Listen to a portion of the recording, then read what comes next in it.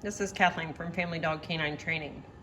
So as part of your go home lesson, this is going to be instruction on the tools that it will be going home with you and your dog. So the three things that are going to be going home are a long line, a prong collar, and an e-collar, as well as the charger.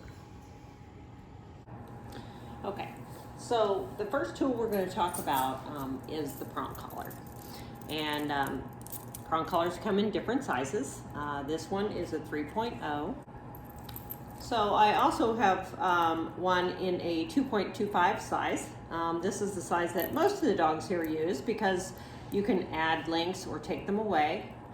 They're all made the same. They're made by Herm Springer. They've got a series of links on either side, and then when we put pressure on the leash or on the collar, we actually pull and it's even pressure, nice even pressure all the way around. So you see there's a large flat ring here, and then there's also a swivel ring. The swivel ring is where we attach the leash. So let's do that. So we attach the leash to the swivel ring.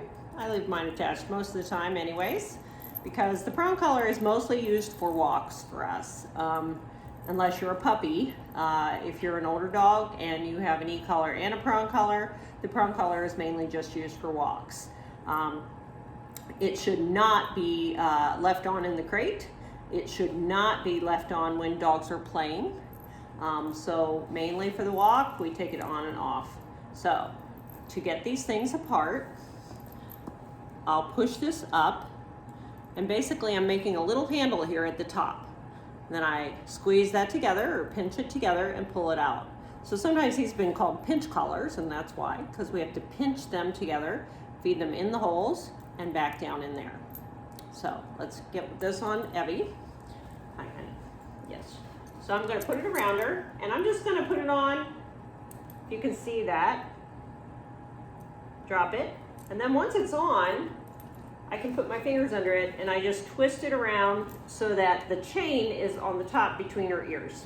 So there's her ears, there's the chain. She's kind of furry, so you can't exactly see that, but there we are. That's how that should fit. To take it off, I'm going to go back here. I'm going to find any link. I try to avoid the ones on the end, but I will push up, make my handle, pinch it, and pull it off, and there you go. So that's how we put the prong on and off. The prong collar will already be fitted for your dog when it goes home. If your dog is younger and still may be growing, I will send you extra links home so that you can add them in as your dog grows. But if your dog is full grown already, it's already fitted properly to your dog, and so that's all good. And that's the prong collar. So the second tool is your e-collar Technologies Mini Educator remote collar. There's two pieces to this. This one is the remote, and this one is the receiver, or I call it the collar. We refer to this as the box on the collar. And so both of these need to be charged. I usually do it at night, overnight, just like you would your phone. And on the back of each piece, there's a port. You can see that. And then that just goes in there. Whoops, sorry. and that's how that charges. On the collar portion, also a port, little rubber tab to keep it clean in there if you're not using that. And then push that in, and that's charging. So both these pieces are fully charged, so you see green lights. When it is fully charged, you'll see a green light. When it's charging, you'll see a red light. And there'll be a book that goes home with you, as well as a cheat sheet talking about these two pieces. So that's basically how you charge it. When you take each piece off the charger in the morning, they are both in the off position, no lights. So in order to turn them on, we start with the remote portion. Turn that over. There's a on-off button, also light, and we'll talk about that in a sec. And we're gonna press and hold until we see on. Press and hold, on, and there it is. So it always defaults to the last number that we were using the remote on. Remember, this remote goes from 1 to 100. Okay, so this piece is on. This piece is still not on, right? So if you just turn this on and you put this on your dog, they're not going to feel a thing. So what we do is there's a red dot here and there's a red dot here. Those are actually magnets. We're going to line the magnets up, touch them, and when we do, that solid green light comes on. And then it begins to blink intermittently. Okay, so now both pieces are on. So the next thing we're going to talk about is how to properly fit the collar onto your dog to make sure that they're feeling the stem when they need to, and so everything goes smoothly for you. So I'm going to use my leg for this. Hold on. That looks a little weird. There we go. And the way I usually fit the collar on is I'll put this around here. I will put my 2 fingers under there between the dog's neck, and I'll pull as tight as I can go, and I mean tight. And then I let my fingers out. It gives a little bit of give. Now, if you know that it's properly fitted, when you wiggle this, you see it's not sliding around. You don't want it sliding around on the dog's neck. You want the dog's skin to actually move with it, right? And then you know that it's snug enough where those contact points are making contact with the skin. That is so important. And if that's not happening, if you do it too loose, even one little notch will make it where it can slide. And now you are not getting contact with your dog, and you're going to notice that things are not working. So make sure you've got that tight enough where it won't move, and then you'll be good to go. Okay, so now that you know how to fit the collar on your dog to make sure that the dog is feeling it, let's talk about how I've set your remote up. The first thing we're going to talk about is all of the parts of the remote. Okay, so this is an antenna. This dial actually will set the stem level, right? So I'm going up from an 8, clockwise goes up, counterclockwise goes down.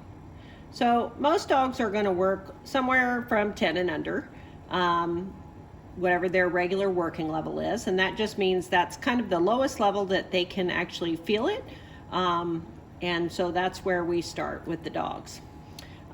So there are 3 buttons on here. One is on this side, and it has a T on it. I don't know if you can see that, but T is for tone, and so I use tone to teach come. So I'm going to pick the collar up too. So if I press this, you're going to hear a beep, and then I would say come, and the dog would come to me. I usually say their name, so we'll talk about that too. So again, come. Okay, so the second thing that this button does is if you hold it for 1.5 seconds, meaning the dog doesn't come on just the tone, then if you hold it down, then they will get a stem level. So the stem level here was an 8, so come, and then it turns to an 8. And as that 8 hits, they're going to feel a stem on the collar, okay? Otherwise, it's just a tone. On this side, and I have all these buttons labeled, you have a black button, which I use as a reminder, and a red button, which I use as a correction, okay? So I have preset this, so if the reminder is showing an 8, so I asked you to come, and I always use the voice command first, and you didn't, or maybe I asked you to sit, and you didn't, then I would remind you. I would say, no, sit. And I would hold this. As long as you hold this, it's going to keep giving a stem on the collar, okay? And you saw the red button go as long as I'm holding it. So I said sit, you didn't.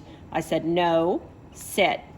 Until you do, then I let go, okay? The correction button is if for some reason I have said sit, no, sit, you still are not sitting, then I would say you're probably too distracted and I may need to go to the correction. No, sit. Notice that that 8 turned into an 18. I'm going to do it again. Sit. 18.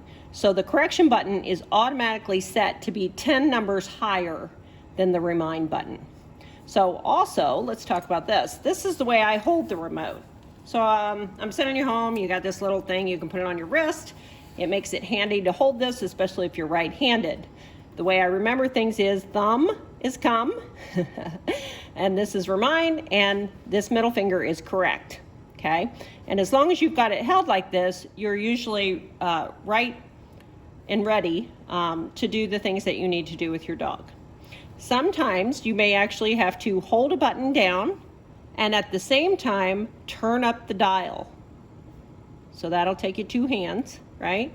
So if your dog is very distracted or very stubborn, you may need to use your regular number, hold it down, and start dialing up. And as soon as they do what you ask, we let go. Then we turn it back down to where we were, okay? Okay, so that's really the operation of your e-collar. The last thing I want to show you is on that back where I showed you the on-off button of how you turn it on, it also says light. So these collars are equipped with a light, which is pretty cool. So press once and you get a blinking light. Press twice and you get a solid light. Press 3 times and it's off. So those are just taps, pressing and letting go right away. It's not like when you're turning it on where you press and hold until you see the on button. If you press and hold, you'll actually turn it back off. So you don't want to do that. Okay, so that is the operation of your e-collar. The last tool over here is your long line. Okay, so your long line can be worn anytime you are outside working with your e-collar. And you can just attach this. This long line is going home with you. It's 15 feet long, and it's just going to help you have a safety measure if you are practicing off-leash work with your dog. So that's kind of it for now. Don't worry, we will have some time to do hands-on outdoors. And any questions that you guys have, we'll be happy to go through either on a video chat or you know, on the phone or however you need to do it until we get things kind of back to normal again. And then of course we can have another session if you need it.